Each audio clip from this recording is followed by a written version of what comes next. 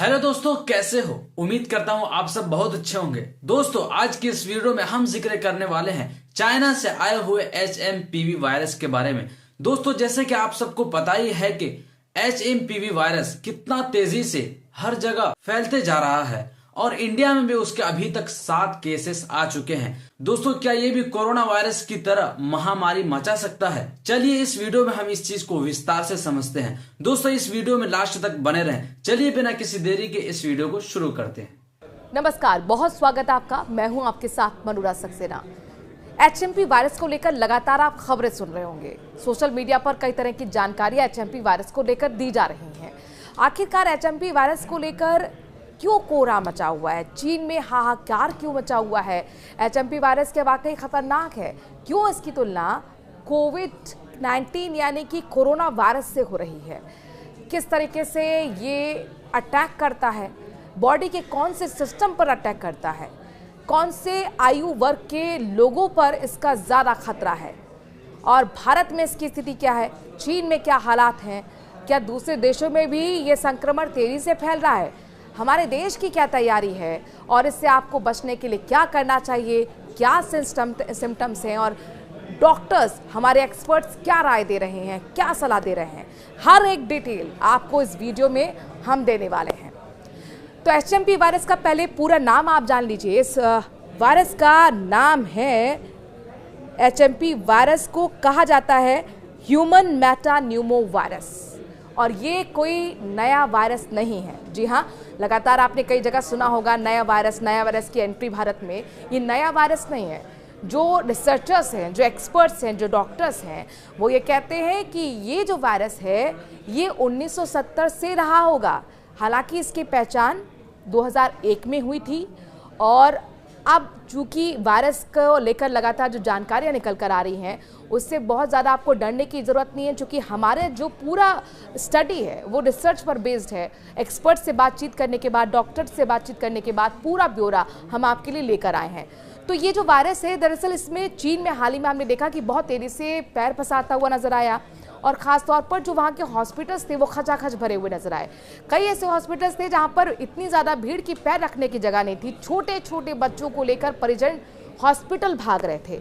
चूँकि ये जो वायरस है, ये वायरस अंडर 5 बच्चों पर अपना अटैक करता है। हालांकि 14 साल की उम्र के बच्चों को भी इसने अपना शिकार बनाया, लेकिन ज़्यादा जो खतरा है वो अंडर 5 बच्चों को है। इसके साथ साथ बुजुर्गों को है और जिनकी इम्यूनिटी कम है यानी कि कमज़ोर है, उनको लेकर भी चिंता करने वाली बात है। यानी कि उनको अपना शिकार ये वायरस बनाता है।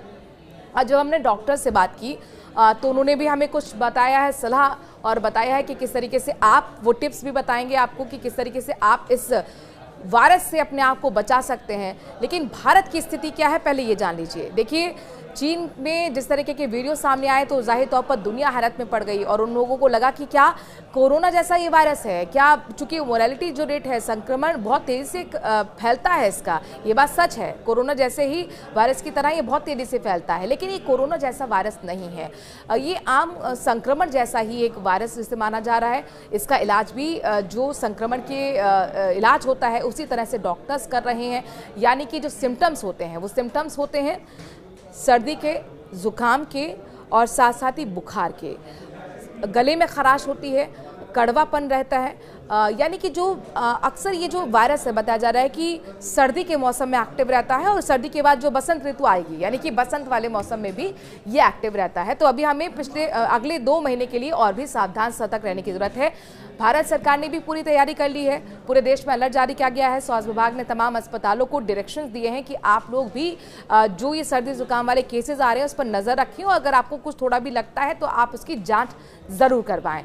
अब आप देखिए, 8 केसेस अब तक भारत के अंदर भी आ चुके हैं और इसीलिए पूरी तरह से अस्पताल अलर्ट मोड पर आ चुके हैं।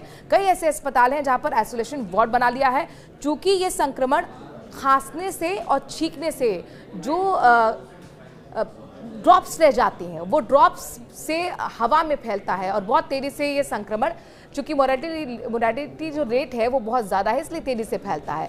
अब डॉक्टर्स ने क्या बताया? डॉक्टर्स ने ये बताया है कि जो इसका इलाज है वो हम उसी तरह से कर रहे हैं जो आम संक्रमण का हम इलाज करते हैं। लेकिन उन्होंने ये ज़रूर आप लोगों को सलाह दी है कि ज़्यादा से ज़्यादा ज़रूरी ये है कि आप अगर कहीं भी आपके आसपास पेशेंट है सर्दी ज़ुकाम वाला तो उस पर नज़र रखिए, और जैसा कि आप कोरोना के टाइम करते थे यानी कि सोशल डिस्टेंसिंग का पालन करें, क्योंकि बहुत तेज़ी से संक्रमण फैलता है।